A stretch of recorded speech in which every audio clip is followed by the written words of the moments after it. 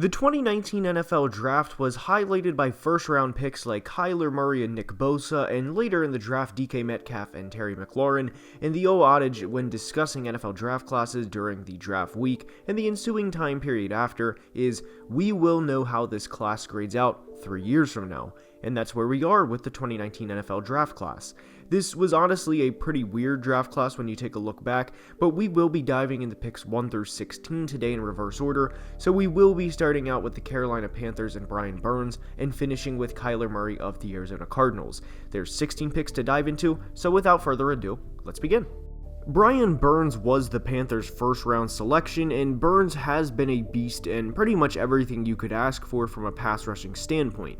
While he may not be the alien pass rushers think of as beasts from the AFC North like TJ and Miles, he is still a very good player and was deserving of the Pro Bowl nod he earned this past year. And while the Panthers have struggled to win games in 2020 and 2021, as they finished each of the past 2 years with just 2 wins after the 5th game played, Burns has been a constant bright spot, and the Panthers did nail this selection, an A+ grade for Brian. Quarterback Dwayne Haskins was the Washington football team's first-round selection, and less than 3 years later, Haskins is a backup on the Steelers after throwing more interceptions than touchdowns during his time in the nation's capital. He was also a distraction during what ended up being a division-winning season for the team, remember with the strip club and the violating COVID protocols and everything else. He was released, not even traded, less than 2 years later after being drafted 15th overall, and he was a draft bust, an easy F. Next up is Chris Lindstrom, a guard for the Atlanta Falcons, and after missing a considerable amount of time during his rookie season, he has been good over the past 2 years. He actually did not allow a sack in all of 2021. Falcons fans will, and understandably so by the way, argue he was a Pro Bowl snub this past year, as he was a great guard on a team that was average. And when you're a great interior offensive lineman on an average team, unless you're a Quentin Nelson type player, it is truly difficult to receive the recognition you deserve.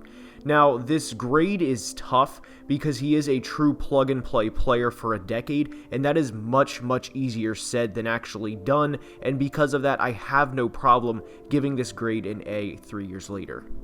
Christian Wilkins, the Dolphins' interior defensive lineman, was pick 13, and he has been nothing short of a good player. He does not have the accolades yet that should follow in the next year or two, but he is a very, very solid football player. He had an impressive 89 total tackles this year, including 13 quarterback hits.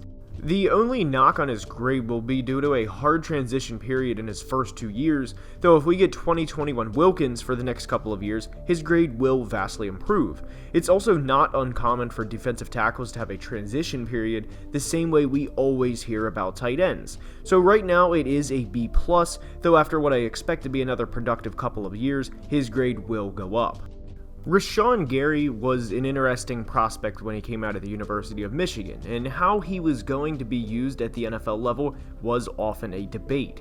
And like Christian Wilkins, Gary had a transition period in his own rights, and 2021 was the first year of his career where he really showed what he is capable of, having notched 9.5 sacks and 28 quarterback hits. There was some tension heading into this season whether or not Green Bay would hit this pick or not, and I think they did. And like with Wilkins, we expect the production to go up and the grade to go up, and for now, it is a B+. Jonah Williams missed his entire rookie season, but has been solid for Cincinnati since then. The Bengals' offensive line is notorious for their struggles, but Jonah is a bright spot within that line. There's a reason why whenever you see Bengals fans project their starting O-line for 2022, Jonah is in every single one of those. He should be there for a while, and I really hope he is a part of the line that protects Burrow the next few seasons, because Joe, as we know, needs that. Now, Jonah has been solid, but not this franchise-altering left tackle, and I do think the Bengals should pick up his 5th-year option. 3 years in, this gets a B+. Devin Bush to the Steelers after they traded up from pick 20 with the Denver Broncos to get here was the selection, and Devin had a very solid rookie year, then unfortunately tore his ACL in 2020, then had a not great year in 2021. Some Steelers fans feel he was playing like he did not want to get hurt again this past year, and that could definitely be true, as we know Devin Bush was not a great player this past year. With really 2 seasons of work because of the torn ACL, Bush will be in a lot of videos and articles of players entering make or break years in August leading up to the next season. There is a possibility he turns it around next year, but for now this draft pick gets a C. To imitate Chris Berman to Western New York to discuss Ed Oliver, and with Ed, this is something we'll see later in the video with another interior defensive lineman, but Ed in 2021, all things considered, was great. I cannot say enough how excited I am for the Bills Mafia, for them to have Greg Rousseau, of course Oliver, and Harrison Phillips for the next couple of years. Ed's 5th-year extension will be picked up this offseason, and Brandon Beane and company hit on yet another draft pick. There's a reason why Buffalo is who they are year in and year out, and it's because of continuously hitting on selections like this. An A grade for Oliver 3 years later. Tight end TJ Hockenson went to the Lions, and remember, we are grading the player's production relative to where they were drafted. And 3 years in, TJ has been pretty solid for Detroit, and what nags TJ now especially is seeing tight ends like Mark Andrews, Travis Kelce, and George Kittle, and really Kyle Pitts for that matter now, put up great numbers while he is in an unpopular football market, having balls thrown to him by Jared Goff. TJ is a very good football player, and I do think he could put up truly elite tight end numbers if he were in a better position. The talent's there, and 3 years in, he gets an A. Josh Allen of the Jags is now up, and we are at pick 7 for those keeping track, and through 3 years, Josh has had 2 pretty solid years and 1 year. 71 tackles is nothing to scoff at for a defensive end, nor is 7.5 sacks or 14 quarterback hits. What I will say for Allen is when you draft a pass rusher in the top 10, you don't draft him to be solid. You draft him to be one of the freak pass rushers of the league.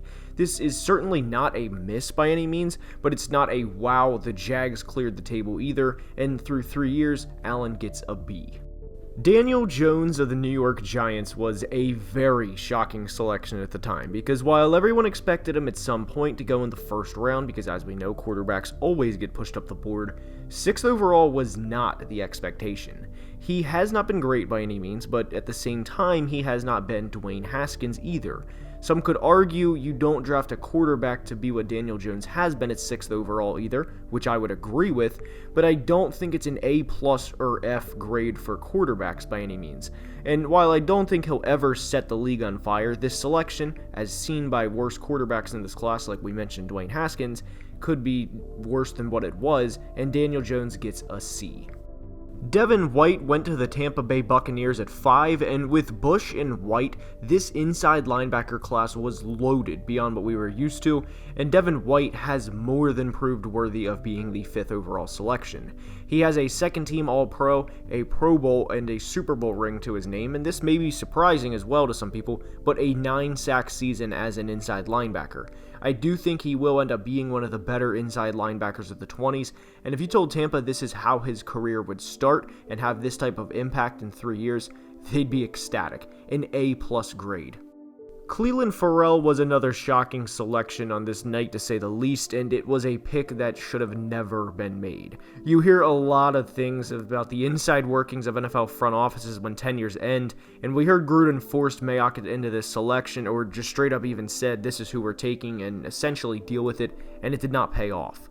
There were times where Cleveland was a healthy scratch this past year. That's obviously not good. It's actually really horrible for a number 4 overall pick.